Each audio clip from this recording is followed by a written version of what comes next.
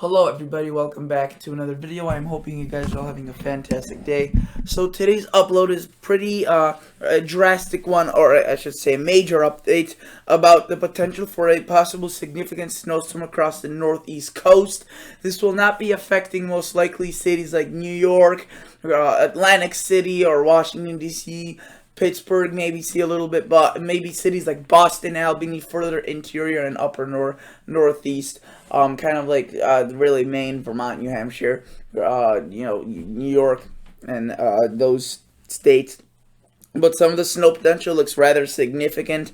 You remember yesterday I uploaded the video about whether or not we will, it was a battle of the models yet again, European versus GFS. It seems like the European has stuck with the idea. The GFS model has now converted towards more of the European, and things are looking very interesting. So guys, consider subscribing to this channel, consider liking this video. It really means a lot. There's the clock, and I really appreciate it when you guys subscribe, because really consider doing that. Leaving a nice comment and leaving a like also really helps. So that would do me a giant favor. Thank you. So right now we're looking at windy.com, and windy.com is I use it for the European model. I also use several other websites now. I got news that Pivotal Weather has a European model, which is really cool of them, as some websites you have to pay for a European. Pivotal Weather just came out with a European model, and I apologize about the clock. It's going strong. It is going strong. So I apologize about that, but the Pivotal Weather has come up with a high-res European model, so that's really cool actually. Now that it has the high-res European model, it really kind of outdid a lot of the websites like Tropical Tidbits by doing that. But I mean, you could see that some of these snowfall amounts in Maine that the European model says will be very significant. This is just from that one system. Starts pretty weak out here, 4 inches widespread, goes through southern New York into northeastern, extreme northwestern, really northern New Jersey, or maybe 2-3 inches. But then snowfall amounts really ramp up as this system rides along the coast. And I mean, you could see some of these amounts get 12, 15, 7, and it gets into the 20s. And that really is kind of like the sweet spot. But if you look at the next 10 days or 5 days after this system, possibly even more snow, this time more maybe for Boston, maybe some for New York, an inch or two, and parts of Maine could get up to 30 inches. More snow for the Midwest, very widespread, but it's there, which is significant. So that would be interesting to see across Montana. Heavy snow as well. Not much across the west at all. Staying bone dry. Notice also Colorado and Texas don't really see much snow at all. They've seen quite a bit. Now it seems to be them taking a break. So I already showed the European. Let's quickly look at Tropical Tidbits European. This basically shows us where the storm will be, and this is just a geopotential height, but it also shows us where this possible storm may be. So there's a little system that will track across Tuesday night into Wednesday morning across the upper, really not the upper plains, just the Midwest in general. Minnesota, Wisconsin, and through Michigan, and that kind of gets little blasts of snow, nothing too heavy. But then notice how this system, aided by the help of this trough, really expands, and this would really produce quite a bit of snow across those areas. And notice how it brings a blast of chillier air, and possibly another system right here across Wednesday, November 13th. And just overall, the European has some very cold air intruding into the U.S., like very cold air. Your GFS model run also has very cold air. Let's look at the MSLP, precip, rain, and frozen, and just take a look at what the GFS is showing. You can see they're showing that one system that they showed yesterday moving off to the northeast and into the southeastern Canada.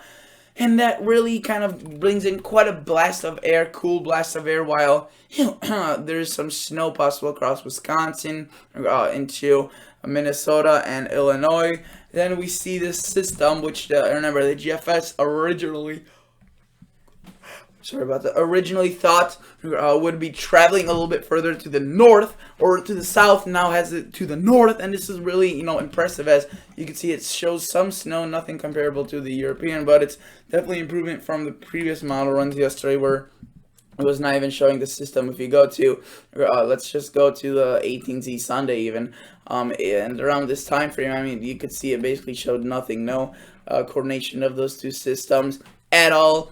Now you can see 24 hours makes a huge difference, as you can see right there. Potential pretty big storm for that region. Definitely still to adjust. I think GFS may, adjust itself and be more bullish or show bigger snowfall amounts, as I think right now that's more realistic. What the European is showing, not really what the GFS. Notice GFS brings in very cold air as well, and that could bring a clipper right here across Sunday, November 10th. And then just a overall very wintry pattern. More storms, and finally a system possibly for the Pacific, which notice right there just crashes in, which could mean more snow. A big system for the central part of the country would be obviously very interesting. I would also like to show you the Canadian. This was a big player, as I was still myself obviously confused, and not seriously confused, just kind of conflicted which model would be more accurate, the European or GFS yesterday. And I don't know if I showed you the Canadian yesterday, but the Canadian was leaning towards the European model. And usually in the weather, weather side of things, when there's two models against one, obviously chances are the two models will be more right. And the Canadian isn't really typically viewed as a major model because of its inaccuracy when it comes to temperatures. But like in terms of storm systems, it could be actually a pretty good model. It may not be extremely good like the European in terms of pinpointing the snow, but it could be pretty darn good in terms of, showing that a system may develop in the first place versus the GFS, where it doesn't at all. And you can see right there that little wave across Wednesday, Thursday, developed some light snow across northern Illinois, Wisconsin, and then look, it moves off into the northeast, taking a little bit of the European and the GFS model. And then you can see also another clipper possibly on Sunday, and another possible storm, and another possible storm. So overall very active. All models are showing very active. If you look at the total snowfall from the Canadian model, notice how the amounts for the northeast are pretty, rather, they're really significant. I mean, you can see that they're showing still up to a foot of snow in some locations. And if you were to look at the Kuchera, which isn't in tropical tidbits, I'd have to go on the pivotal weather. Sorry about that. I'd have to go on pivotal weather, which I could do. I'll actually pull up weathermodels.com as again, I can't spell, but I want to pull up weather models and quickly put this in. And let's see, I want to quickly log in. I apologize about this. I think this is zoomed out. Yes, it is. And I want to show you the European model. The reason I'm not stopping this recording, because my computer is so weird, and whenever I stop recording, it wants to turn off on me, so I do apologize. Hold on with me here for a second. Precipitation type, let's go.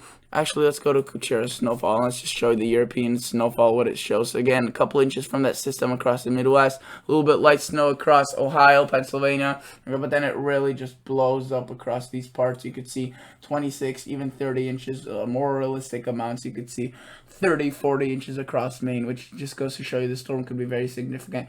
And if you look at the long range of the European, it also shows some more snow affecting those areas, getting into the 40-inch range. So that would be really significant. Look at that, 43. That's very significant. I don't know if they have the I don't know if they even have the Canadian model on this website. I want to select the model. Let's see, CMC. Yes, they do. All right, let's go to the United States, and let's quickly select snowfall. They don't have Kuchera, unfortunately, for this. That's okay, but you can see here's their perspective of the Canadian model. Again, several inches across the Wisconsin area with that first initial system. Then we get that northeast system, which leaves a little bit less than what the European has been showing. But again, the European usually is the first one, or the most accurate one when it comes to snowstorms. And with that Kuchera I showed you, it could be even more than what we think. So overall, the European is in more, or is still showing quite a bit of snow. The GFS is showing more snow than it showed yesterday for the Northeast. I remember yesterday I was mentioning how it's really the difference now of whether the European starts or continues to show it or ends to show the snowstorm, and whether the GFS converts to showing what the European does, or what the European shows. And we said that if the GFS converts, most likely it will be some heavy snow. And right now the GFS did convert, and it's showing way more snow for the Northeast than it did yesterday, so that's very interesting. As again, you can see with this model of the Canadian, it's showing even more inches. And this one was actually right across New York City and Boston. This was yesterday's 12 o'clock mile run. I wanted to show you. It shows a pretty big snowstorm right there. Notice across the Northeast, very heavy snow potential. Then for the 00Z Monday, so like the midnight one, I guess.